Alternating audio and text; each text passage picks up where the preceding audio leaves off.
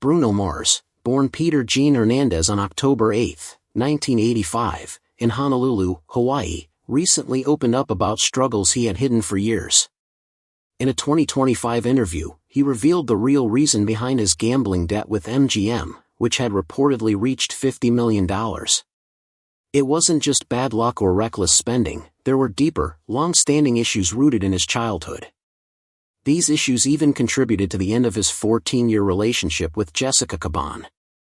Friends say the breakup happened after she discovered something devastating, and now Bruno has been talking about retiring and giving away his fortune.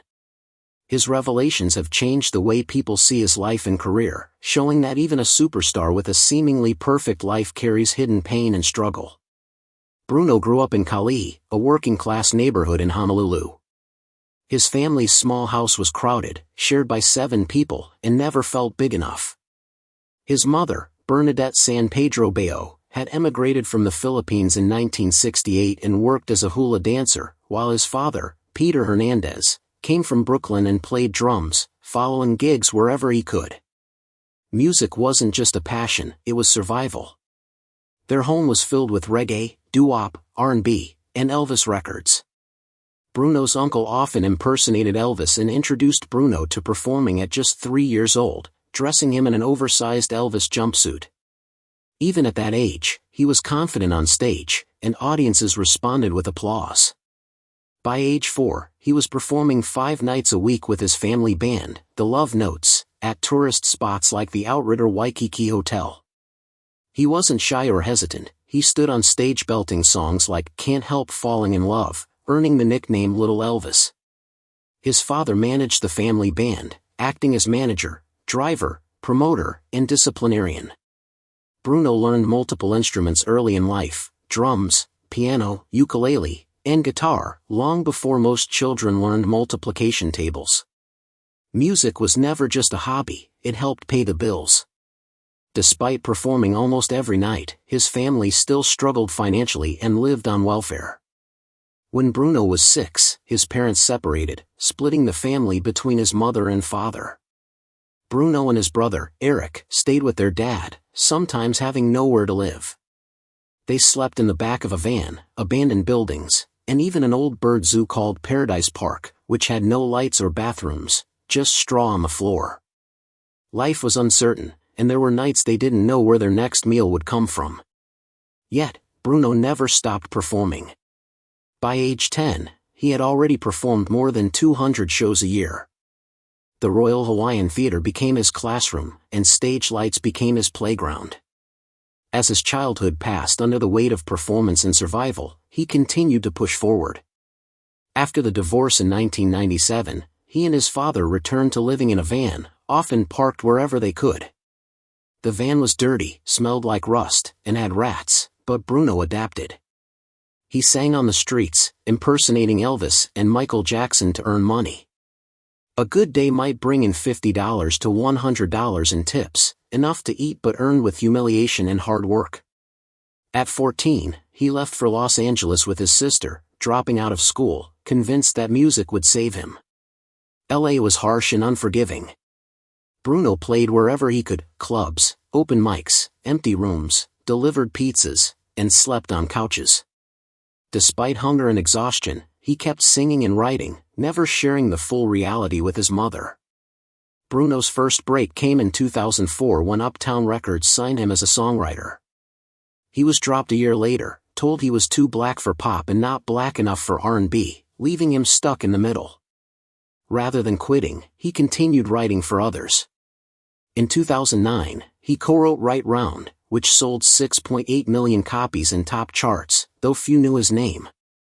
That same year, he formed the Smeezingtons with Philip Lawrence and Ari Levine, recording demos in tiny rooms for less than $1,000. One demo became Just the Way You Are, a song that felt authentic even if it didn't yet seem like a hit. By 2010, Bruno had signed with Atlantic Records as a performer.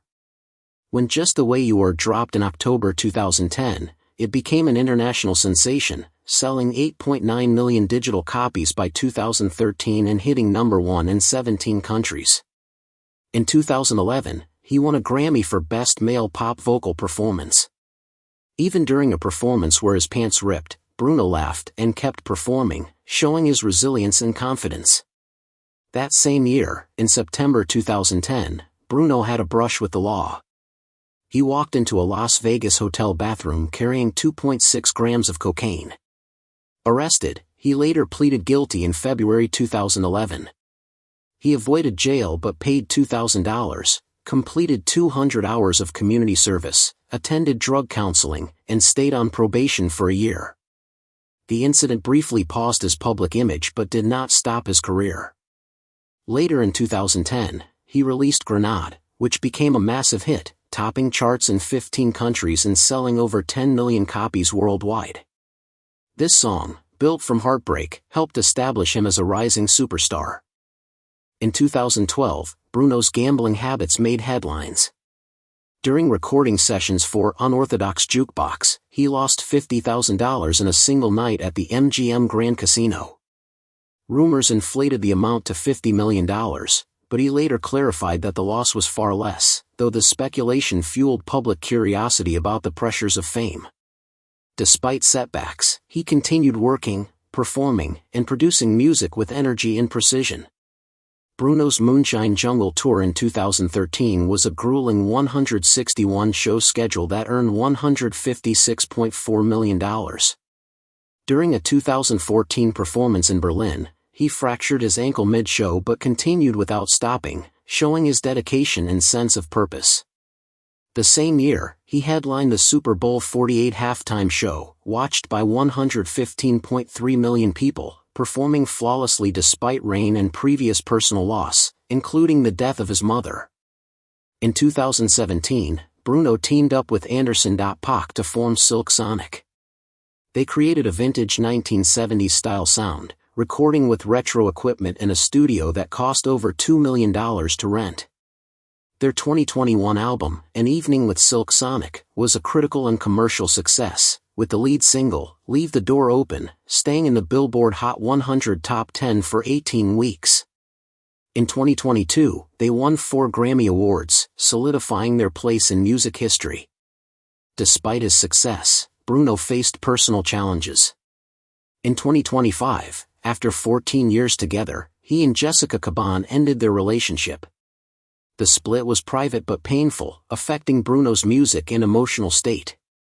That year, he revealed he was considering semi-retirement and wanted to give back to Hawaiian youth through music education. He had already donated a portion of his wealth and profits to support young musicians who couldn't afford instruments or lessons.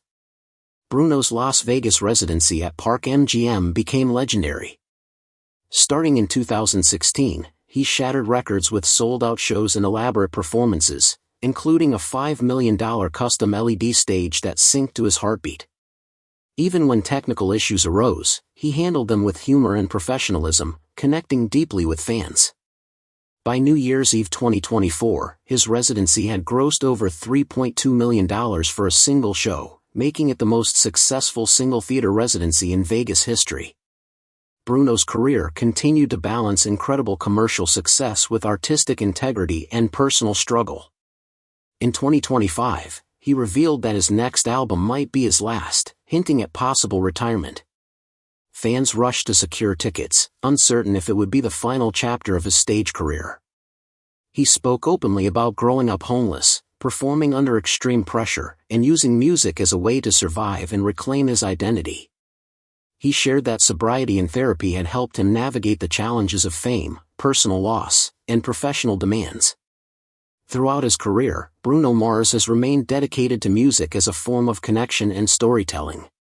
From performing 5 nights a week as a child to topping charts worldwide, facing legal issues, gambling struggles, heartbreak, and professional setbacks, he never lost sight of his love for music and performance.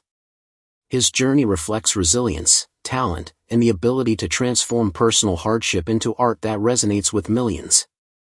Today, Bruno continues to inspire fans through his music, performances, and charitable efforts, reminding everyone that even the brightest stars have shadows, and it is perseverance and heart that define true success.